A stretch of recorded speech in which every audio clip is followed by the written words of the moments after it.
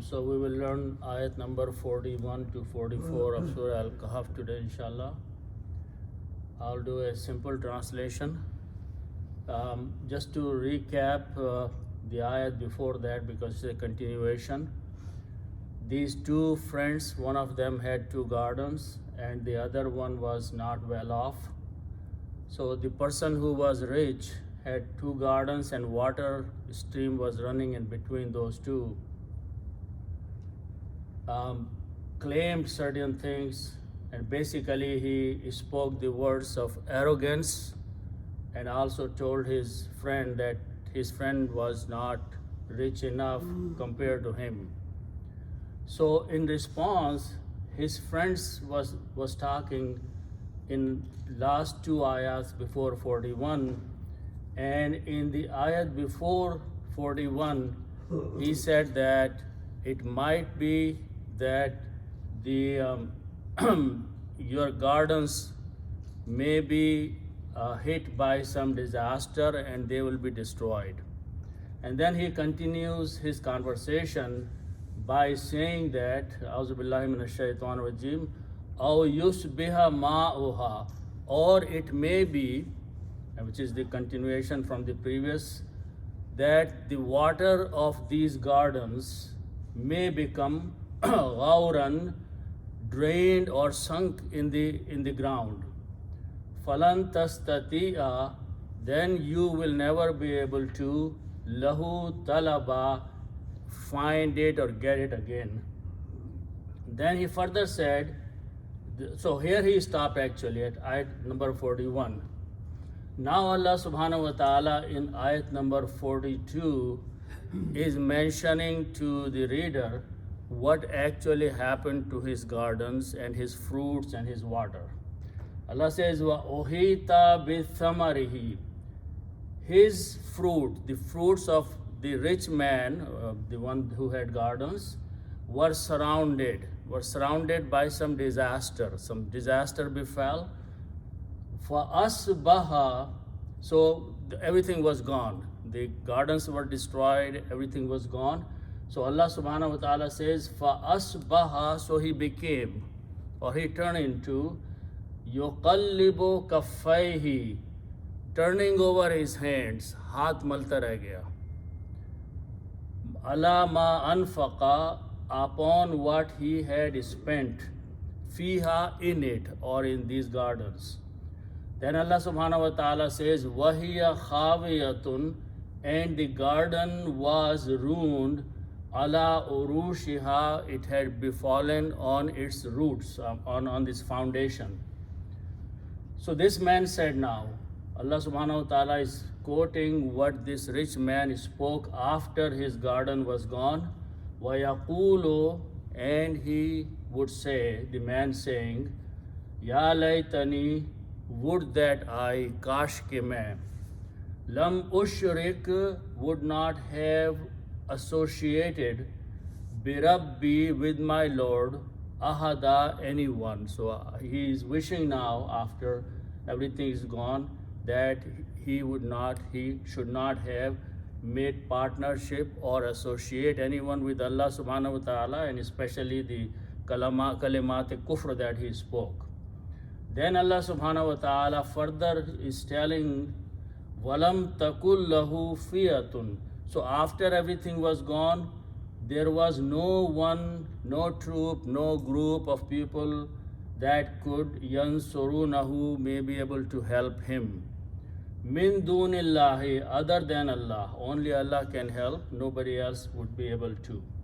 Wama kana muntasira, and he was not even able to help himself. Then Allah subhanahu wa ta'ala says, Hunalikal walayatu lillahi al-haq. Then and there, or at any moment, the protection, the vilayat is, we will look into that, belongs to Allah subhanahu wa ta'ala. All the protection is only and only from Allah subhanahu wa ta'ala.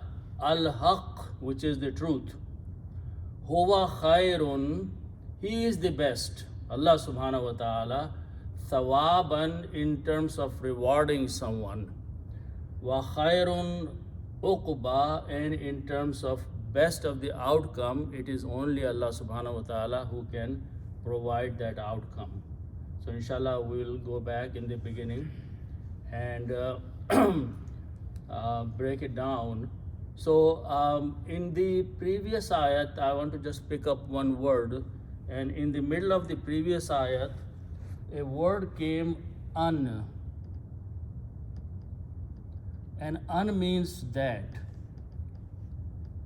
and it is called, and I mentioned at that time, this is a called its harf masdar, yeah, and it has a function in the middle of the sentence, because that word is also going to apply in this ayat number 41, and it will make a minor change in the statement based on this statement. So the one word that came after that was, actual word is yursilu.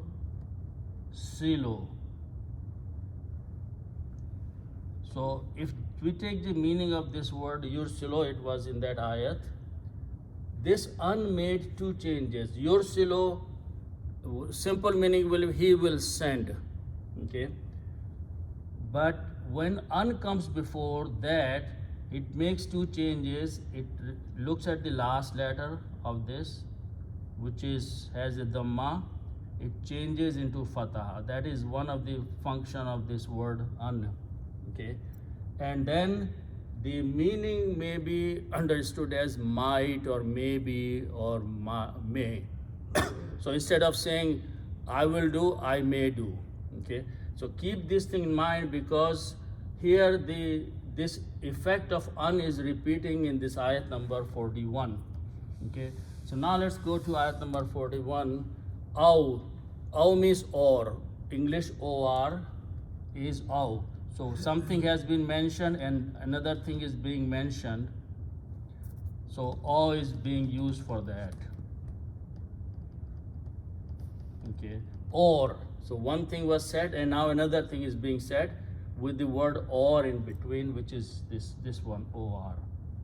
Then the next word is going back to the root, are swad, ba and ha are the root letters. Three letters, bab fa'ala, we are going to make another bab af'ala by adding another alif in the beginning. Asbaha, the meaning of asbaha is to be or to become.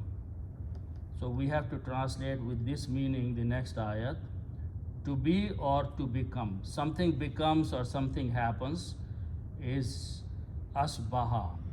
Okay. Now, yusbihu, when we make the grammar, we put a ya in the beginning and always last letter has pesh or dhamma on it. So yusbihu, the meaning of this word be, it will become or it becomes. Yusbihu. Okay, it becomes or it will become. Now, as I mentioned, the word an in the previous ayat changes the last letter dhamma to a fatha, so it's affecting on this, and that's the reason in the Quran the word is yusbiha. The meaning might be, or it might become, or it may become, something may become. Okay, we don't know what that something is. Okay, but the next word is defining what that thing is becoming. So let's look at that word and then it will become more clear what we are talking here. The word is ma'un with a mad there because hamza is there. This means water.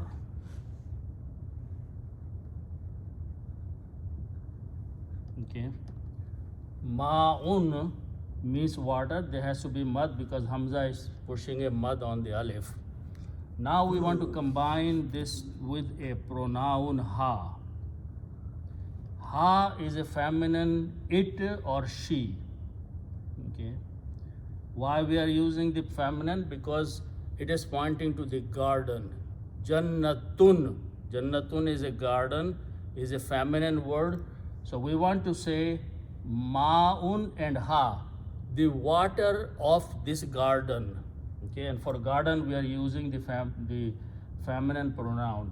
So when you combine these two, its water will be right translation, and in the combination, one dhamma will go away, and it will become ma uha. Now in writing, we write a vow underneath that, which is just sitting as a chair. Do not pronounce this vow, and do not read this vow in the sentence. It is sitting as a chair for Hamza. Okay. So the word is ma, don't pronounce ma'u, okay? This vow has not to be pronounced. Ma'uha, its water, the water of the garden. So he's saying, or yusbiha may become or might become ma'uha, its garden, its water. And it is pointing to the garden. So what may happen to the water? The word is ghauran. Next word is ghauran. The root letters are ghain, waw, and ra, and we make the noun ghaurun. Ghaurun. To them as always. Okay. Ghaurun is something is drained out. You know, if you have water on the surface of the earth, and it is sunk, goes inside the ground, it drains into the ground or is sunken in the ground, that is the word for use that. Okay. Now, this word is coming as a maf'ul. Work is being done on this word because yusbihu is doing the work. So when a word is maf'ul, then we change two dhammas to two fathas, and we put an extra alif, so it becomes ghauran. Ghauran is sunken, is gone in the drain. The drain into the. So he's saying that you are being arrogant. You are claiming that you have all this richness and people and mal and wealth. If Allah's punishment comes or some disaster comes, then it is very easy for Allah to change the situation, and the water will just, the river that is flowing in between your two gardens will just sink into the ground. So that is what he is saying. Then the other friend is making a further statement, falan tastati lahu talaba. So let's look at this word here. Fa and lan, I'll come back to that, but the next word starts with these three letters, ta, waw, and ain. Ta'a. Okay. We want to make a bigger word by putting an ist in the beginning. So bab number 10. Okay. Istaf'ala. So this word, when you put the harakat, waw with a fatha will be pronounced as alif. So this word becomes istita'a. Istita'a. We know a word commonly used in Urdu, istita'at. Istita'at means to have the ability of doing something. Istita'at is from this word, and it means to be able to or to have the ability or power or authority of accomplishing or doing something. Okay, so this is the word, starting word. When we put a ta in the beginning, it becomes the grammar of you. Taf'alu, you do. So ta letter in the beginning brings the meaning of you are able to do something. Okay, so let's first put the ta in the beginning. Okay, and again, because the grammatically this alif will have a kasra, so we write this as a ya. So final word is tastati'u. Tastati'u. That is the format of the grammar. Tastati'u. Tastati'u means you are able to do or achieve something. But now we are going to put fa means then, and lan means never. Lan does few things. Lan means never. Okay. Lan has the effect on the next word, and it changes this last letter to a fatha instead of a. Okay. If it was la will not have the effect. La will just translate as not. But lan is never, and it will change last letter. So it final word become falan tastati'a. You will not be able, or you might not be, or you will never be able to. Okay. Once your water is gone, it is gone in the ground. The man is saying that to the friend, then after that, then lan tastatiya, you will never be able to, lahu, for it, for the water, talab means to get it, to seek, to find something. That's the general meaning of talab. Actual word is talabun, ta, lam and b, and talib ilm and all those. We know that talabun means to find or to have it. Okay, but it is coming as a maful of tastatiya, so two dhammas will change to two fathas, the standard rule, and we add an alif. So word becomes talaban, but when you stop, you pronounce talaba. Lahu talaba, lahu is pointing, who is pointing to the water. Okay, you will never be able to find that water. Okay, it will be gone in the ground. If it might happen because of your arrogance and your disobedience, Allah may punish you, your water may go underground, in the ground, and you will never be able to get it back or find it. So that's the warning his friend is giving. Okay, now at this point the conversation between the two people has ended. Okay, now Allah subhanahu wa ta'ala in the next ayat is telling what actually happened to this man and his gardens. The word is ohita. Ohita, these are commonly known words if we understand a little bit grammar.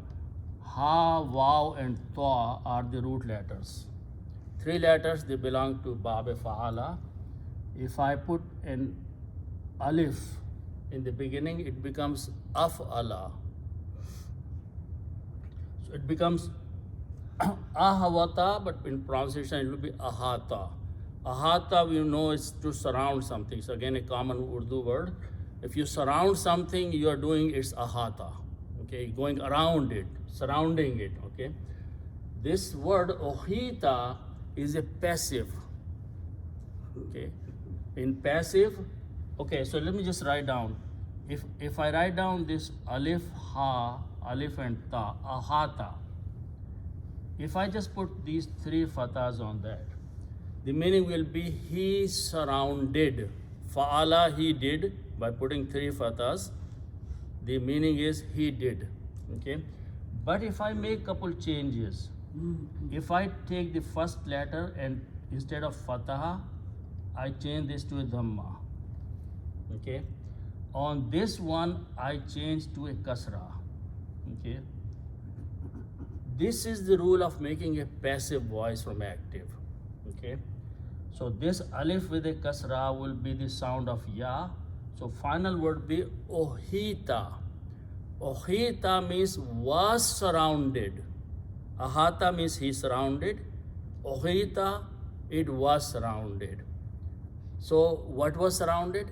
His gardens were surrounded by a disaster. That's what Allah subhanahu wa ta'ala in one word is explaining, that some disaster befell upon the ground, something happened to these gardens, and it was surrounded by an unseen disaster at that point. But now Allah subhanahu wa ta'ala is specifying that what was that completely gone, that is the word bithamarihi. Okay, now here summer, we know the commonly known word, summer means fruit. Okay, samarun is the full word, samarun. And who is this person, rich person? He. So this is pointing to he, that man who was rich. Okay, So when you combine these two, thamaruhu, one dhamma will go away. The meaning will be his fruit. Okay. Now you put a B in the beginning, which is a harf-e-jar. Harf-e-jar will change this dhamma to a kasra. And for a smooth pronunciation, we will pronounce this dhamma to a kasra.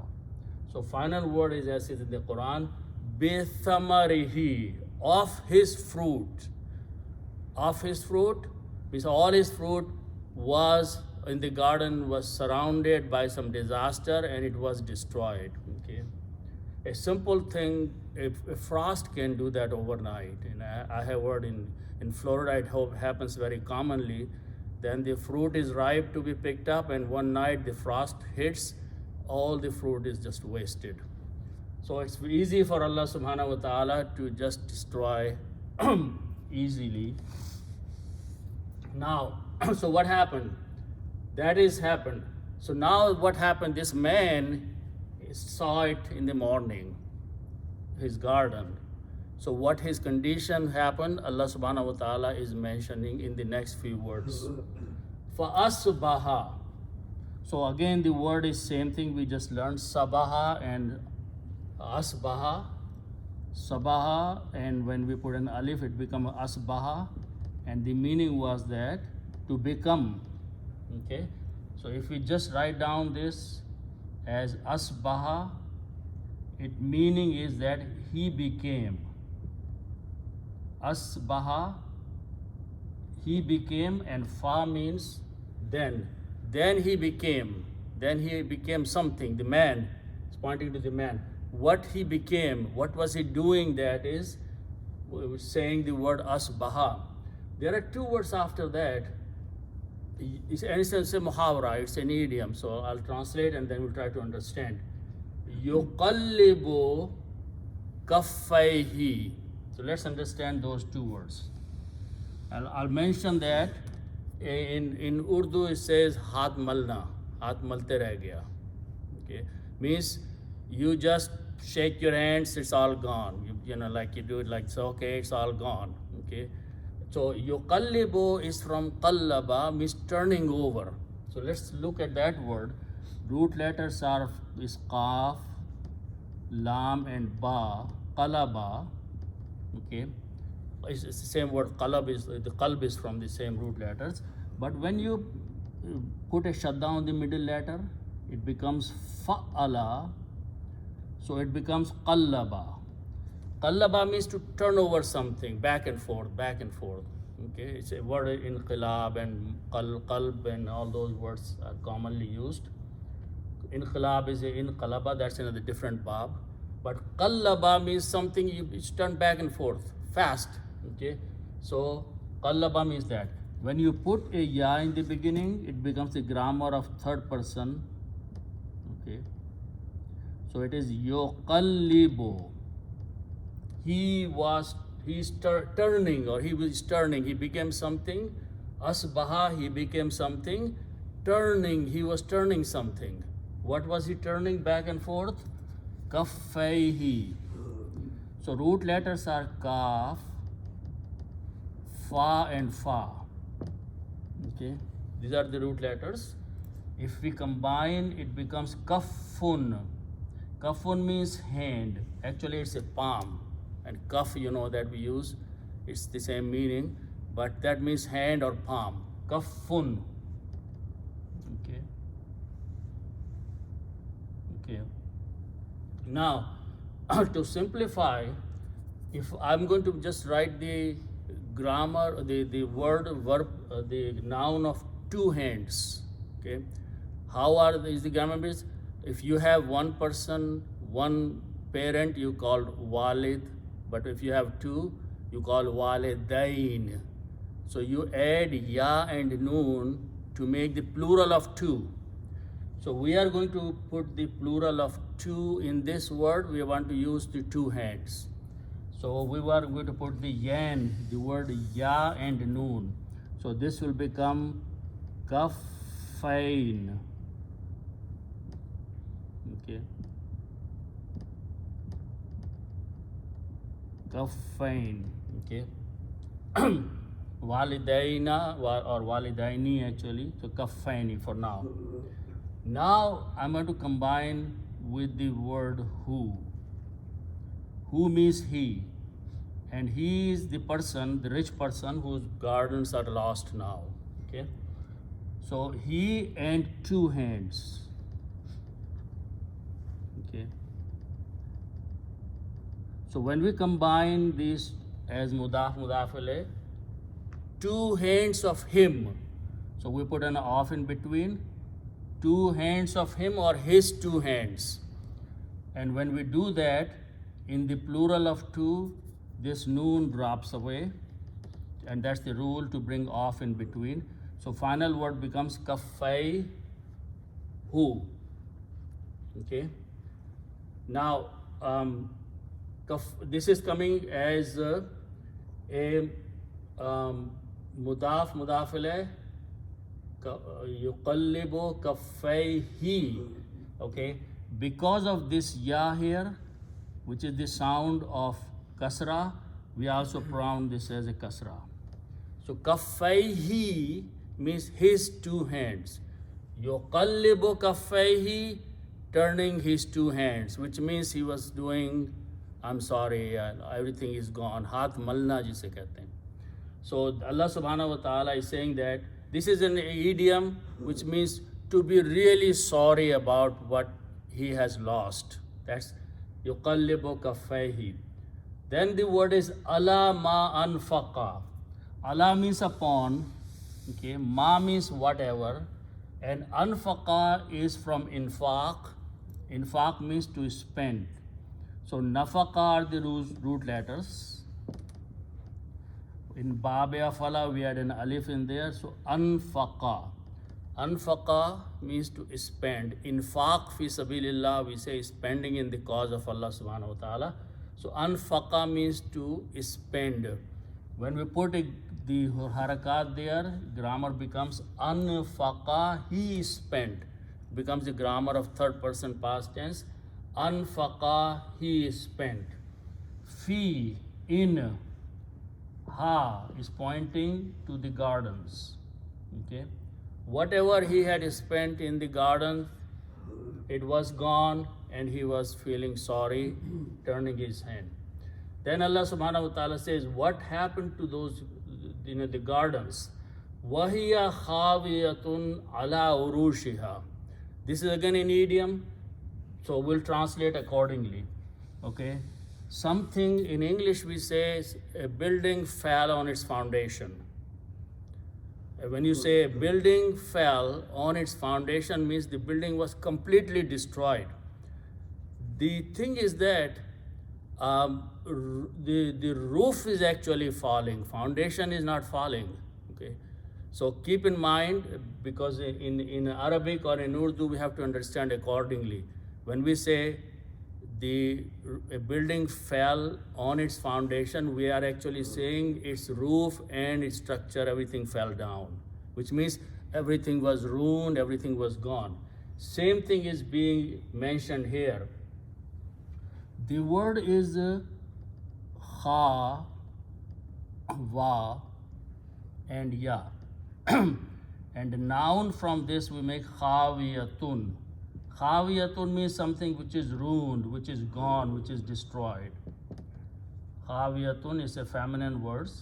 Okay, so Allah subhanahu wa ta'ala is using hiya, wahiya. Hiya is pointing to the garden. It's a feminine word. Wahiya khawiyatun. Waw is a waw for haliya, so you translate while. Hiya, it, the garden, khawiyatun was ruined. Okay. So he was turning his hands in sorrow while he was seeing that his gardens were destroyed. Okay. Now Allah subhanahu wa ta'ala is further saying, khawiyatun means ruined, gone, destroyed. And to expand it further, it's saying, ala urushiha. What is the meaning of urushiha? The root letters are arsh, arshun, and the other word, these are common words. Arsh is the upper part, the roof. Farsh is the ground part of that, for any building. So arshun and farshun, okay, are the words. Here Allah subhanahu wa ta'ala is using the word arshun, which means the top part of the structure. Okay. Now this is a muhavara also. You don't think there is a building in the garden. What's being said, arshun means higher part. Its plural is urushun. Urushun is the plural, means upper parts or the roofs. And ha means it, or whatever the structure or building you are talking about is pointing to that. So when you combine these two, it becomes uru shoha. You remove one dhamma. It becomes uru shoha, its roof. Its roof, yes. Ala means upon. Allah is a harf-e-jar. Harf-e-jar will look at the last letter, dhamma, and change to a kasra. So it becomes ala urushiha, upon its roofs. But in literal translation, it will be upon its foundation. So its roof of a building fell upon its foundation on the ground. This muhavara is to be translated that those gardens were completely destroyed. Not just some, but they were completely gone. So this kind of muhavara is used for when you mention a complete destruction of a structure, that structure fell on its foundation, which means a small destruction did not happen, it was completely gone. So when you apply this to the gardens, which means gardens were completely destroyed.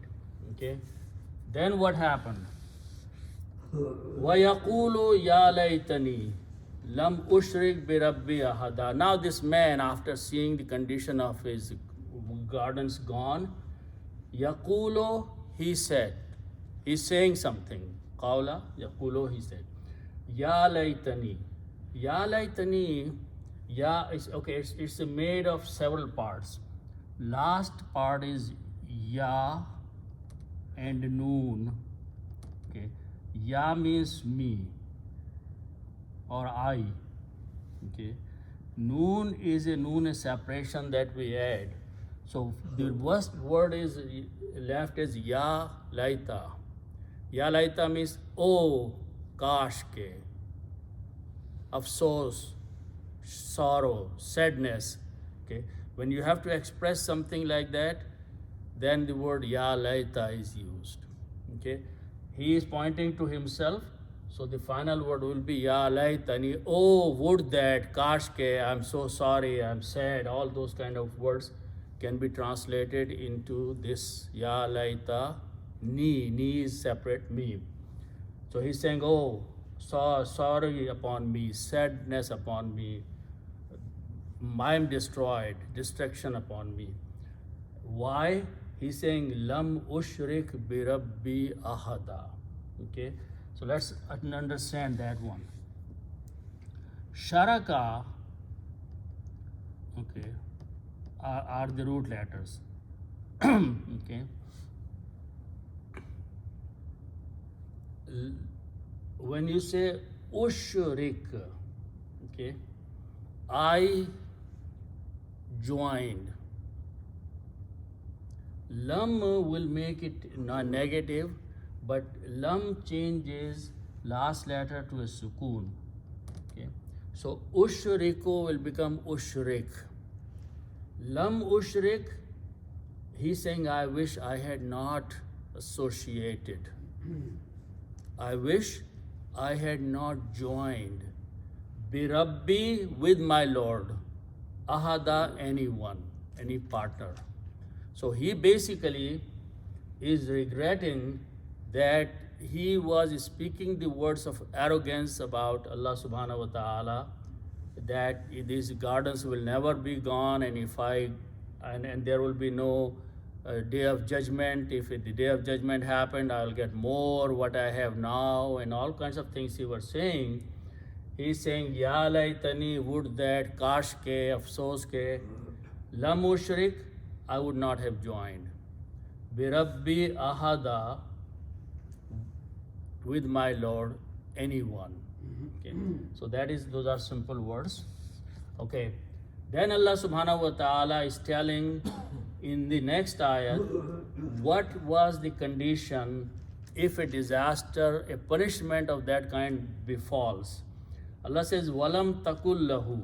Okay, again, Vav means and, Lam brings the meaning of not, but Lam changes, as I mentioned, Ushriko to Ushrik. Last letter changes Dhamma to a Sukoon. Ushriko became Ushrik. Similarly, this word is Takuno. Takuno means you are or it is. So Lam will change this to a Sukoon, and so this is a Sukoon. So to pronounce, so this is Takunu. Lam will change this to a Sukoon, and we cannot pronounce two Sukoons together on Vav and Noon. So we throw away this Vav here. Word becomes Takun. Lam Takun, there was none. Okay. Takun means there was, Lam means negative. Lam Takun, there was none. Okay. Lahu, for him, for this person who was being arrogant. Who is pointing to him? Lahu, to him. So Allah subhanahu wa ta'ala is saying that after this thing happened, for this person there was no one. Lam takun, what was no one? Fi'atun. Fi'atun, literal meaning is a party, a group, a supporting structure of people. And he had claimed in his statement that he had more people behind him. He had a lot of wealth and a lot of big party behind him. So Allah subhanahu wa ta'ala is now telling that there was none for him. There was not a single person who could come. So fi'atun, the word fi'atun is a troop, is a party and a group. So Allah subhanahu wa ta'ala is saying now there was no one who can come and help him. Okay? And actually the word is yansurunahu. Nasara, nusrat means to help. So Noon, Swad and Ra means to help. Yan Soruna. So when you put a Ya in the beginning, it brings the grammar of third person, and when you put Vav and Noon, it becomes the plural. Okay. Yaf'aluna, Yansuruna. Who after that is again pointing to this man. So Yansuruna, they help him. Yansuruna, who are they? The party. So Allah says there was no party left, there were no people left. Yansurunahu, helping him. Okay. For him there was no party or group left or people left. Yansurunahu, that could be helping him anymore. Min dunillah, these are very much repeating words. Min dunillah, other than Allah. It has come many times in there. So other than Allah, there is no help that can come to anyone.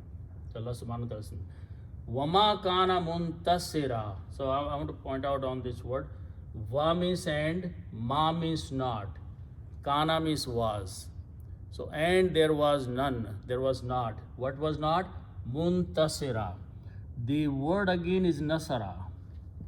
Noon, Swad and Ra. Nasara means to help. You know, this word Yansuruna is from the same. Nasara. These are three letters, so they belong to the Babe Fa'ala. Okay. We want to go to another bigger Ba by adding in a alif and a ta. If ta'ala. Okay. So this become in tasara. We are just adding two letters in this. Alif and a ta. If ta'ala, so this alif and this ta. Another noon, swad and ra are still there. In tasara is used as it is used helping your own self. Okay? And when you put a meme, it becomes the doer.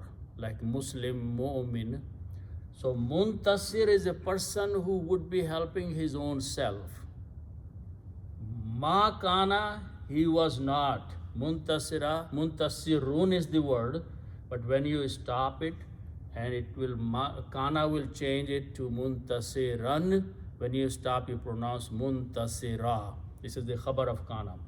Ma kana Muntasira, there was no one who could, first there was no fiyatun, there was no party from outside who could help him other than Allah, and there was nothing, or he was not even able to help himself.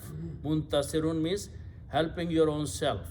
Okay, so Allah subhanahu wa ta'ala says he was completely helpless, no help from outside, no help from within inside. So Allah subhanahu wa ta'ala is pointing the condition here. Then Allah subhanahu wa ta'ala in the next ayat is telling that everything comes from him, from Allah subhanahu wa ta'ala. The word hunalika, I will just point out to this word. It has come couple other places, and I'll give you an example. So it will be easy to understand this word hunalika. In one of the verses of the Quran where Allah subhanahu wa ta'ala talks about Maryam alayha salam. When she was young, she was given the guardianship under Zakaria alayhi salam, who was a messenger of Allah, prophet of Allah subhanahu wa ta'ala. And she was a young girl, and she was growing up within the structure of the religious structure of the buildings and so on. And Zakaria alayhi salam did not have any child. And he used to pray, he was getting old, he didn't have any child. So one day he walks in, Maryam alayhi salam is sitting, and there is some food sitting next to her. So Zakaria alayhi salam said to her, where did this food come from? And she said, this came from Allah subhanahu wa ta'ala. Allah subhanahu wa ta'ala was providing her food. So he, even being a prophet, realized something at that minute. Zakaria alayhi salam, while he heard from Maryam that Maryam was alayhi salam was saying that this food which is sitting in front of me is coming from Allah subhanahu wa ta'ala. So he realized something. He immediately, right while he was there, at that moment made dua to Allah subhanahu wa ta'ala, that, oh Allah, give me a child. And his dua was accepted. At that moment in the Quran, the word hunalika is used. Hunalika is used when he saw the situation, a place and a time where the mercy and rahmah of Allah subhanahu wa ta'ala was there. He realized this is the best time and the best place to make dua to Allah subhanahu wa ta'ala, and he made dua and his dua was accepted. So hunalika, that word was used there. It's used here. Hunalika, in a simple translation, we can ponder later on that, is then and there. Then and there, which means time and space, both are very valuable to accomplish or to do something. So Quran is using hunalikal walayatu. What is walayatu? Let's look at that word now. Root letters are Waw, Lam, and Ya. And we know the word wali. Wali means a friend or a protector. Waliyun is the full word. Wali, someone who is protecting, or a protecting friend, literal translation. Walayatun is the noun, protection. Okay, wali is the doer, the protecting friend, but walayatun means protection. Al walayatu, the protection.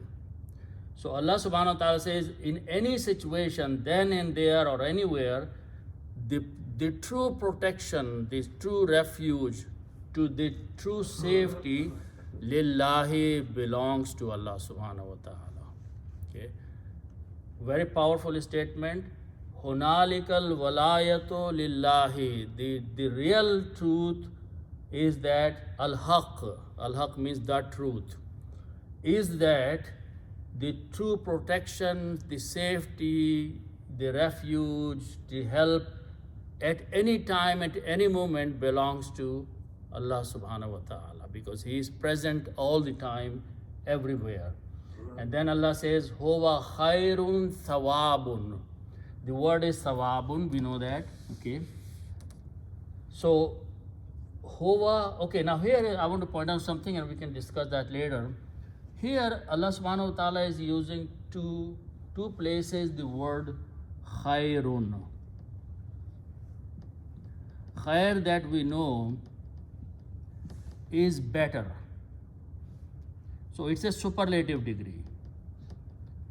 You can also translate best, because in Arabic only there are 2 degrees. In English there are 3. Okay, nominative, superlative, and comparative. In Arabic we have only 2.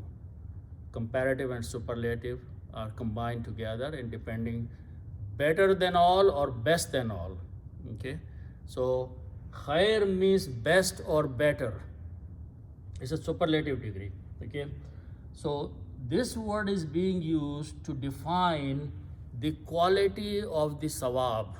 The word is sawab, after which is coming sawabun is the word, and we use that word all the time. Sawabun, when you make the noun first time, it has 2 dhammas. Sawabun, reward, payment.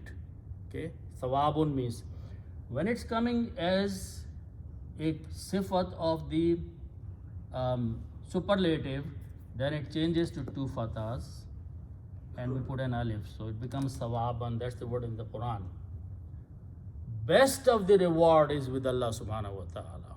Huwa, He is, Allah subhanahu wa ta'ala is the one who gives best of the reward of anything. Okay, so don't look for reward from the people or any payment from the people of your good deeds. Turn towards Allah subhanahu wa ta'ala. He will be the one who will be paying best of the reward of your good deeds. Then the next word, Allah subhanahu wa ta'ala with the khairun again is using. The word is ain, qaf, and ba. Okay, uqbun. Uqbun is the word. Uqbun. Aqaba means to something that comes later. Okay, aqab means behind also, but uqbun is an outcome, the result of something, the end of something. Okay, so when you again Allah subhanahu wa ta'ala is saying the best of the outcome of anything you do is with Allah subhanahu wa ta'ala, not with the people. Okay, so again because of the khairun, this word will change to 2 fathas and with an alif. Uquban, when you stop you pronounce uquba. So Allah subhanahu wa ta'ala is teaching the reader that the best of the protection, hunalikal walayatu, it belongs to only Allah subhanahu wa ta'ala. He is the one who protects, and that is the truth, al-haq. And then He Himself, huwa, He is pointing to Allah subhanahu wa ta'ala.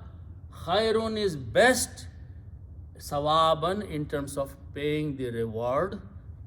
Wa khairun, He is the best in the outcome of any activity that you do based on your intention for Allah subhanahu wa ta'ala. So inshallah we will stop here. May Allah subhanahu wa ta'ala give us tawfiq to understand the Quran. I believe the story here ended about these 2 men, and we'll move on. Other things in this surah come after that. Okay, so inshallah we'll stop here.